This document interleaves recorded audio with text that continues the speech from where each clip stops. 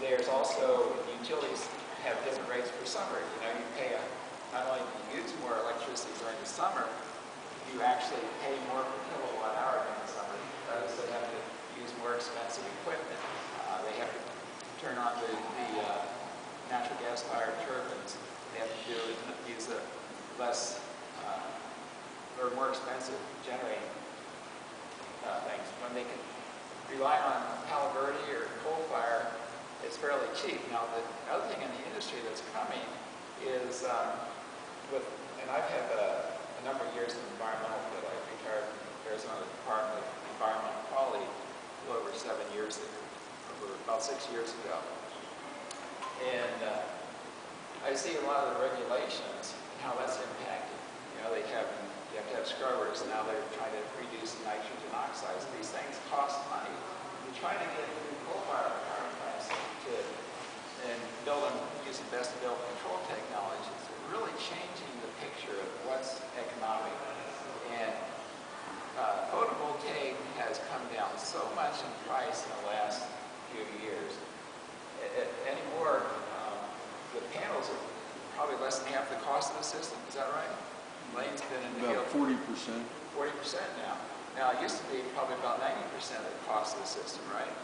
So it's getting a really interesting point in time in history. And one of the focus in the future, everybody's going to tell you, look, the sun doesn't shine at night, so your PV is not going to work. Well, or when the clouds cover.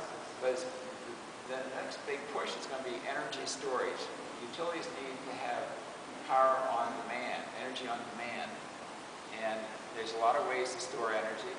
They can do pump hydro, they can use compressed air, they can generate hydrogen, use fuel cells, they can use old battery technology.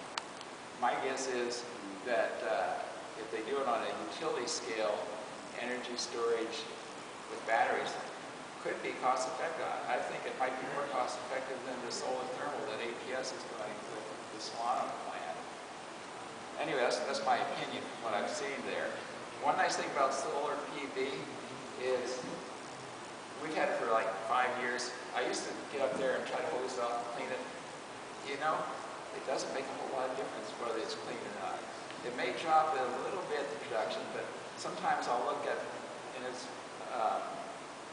I'll look at it, the weather forecast. If I have several days of clear weather, I might get up there and hose it off when it's real dirty and see if it changes.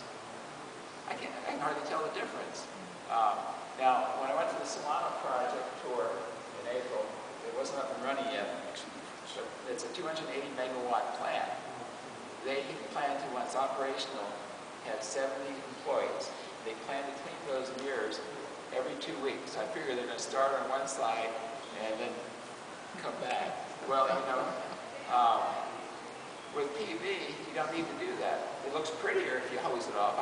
I have done that a couple times. It looks nicer when it's not dirty. But I was just wondering